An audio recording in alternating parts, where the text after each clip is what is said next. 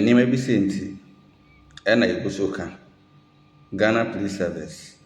National Security, National Peace Council, Council of State,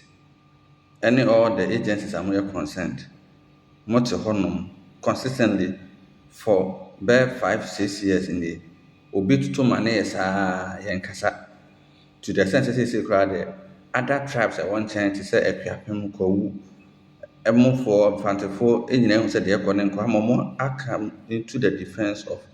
Asantefoɔ. Still all these agencies obiara hu yɛ obiara ntumi kɔka ne asasɛm bi ankyerɛ no na ogu so cause problem no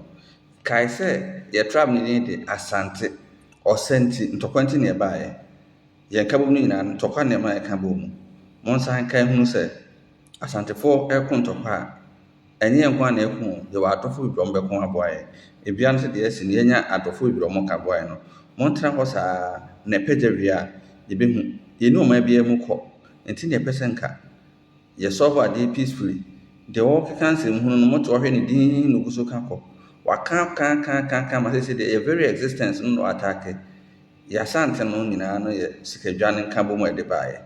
Asante no nyinaa no ne sikadwa no in fact sikadwa no ho hia kyerɛ ɔhene na ɔte sikadwa no nkyɛn to the extent sɛ 1896 ɛberɛ a aborɔfo yɛ sɛ ɔmbɛfa sikadwa akɔ no yɛ sacrifice yɛ Asante hene ɛde preserve sikadwa no obi atake sikadwa no hwɛ wɔhwɛ the next one bɛba no ho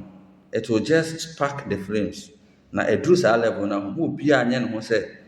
ntɔkwa na ahyɛ asɛ saa time no because ahyɛ asɛ dadadadadada wɔsan kyia me so ɛfiri mfie bɛnsia nson nie ogyina baabiara na yɛ ne sɛ ɔpɛ sɛ ɔdwoko sɛ ɔkeka nsɛm hunu na amanfoɔ bɔ na so na yɛkeka no asɛm a na ɔbɛgyina no ɔkeka bɛɛ 6 months ni nanka ɛnam sɛ n'aban abɛngyina nkɔ nkasa bi afei wasan starte ɛka nsɛm hunu and this time no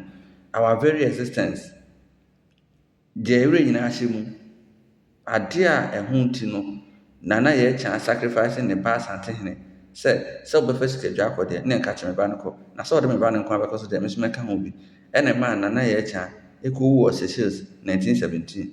saa adeɛ wei ɛho hia kyɛn nnipa biara wɔ Asante mu wo deɛ momfa ni agorɔ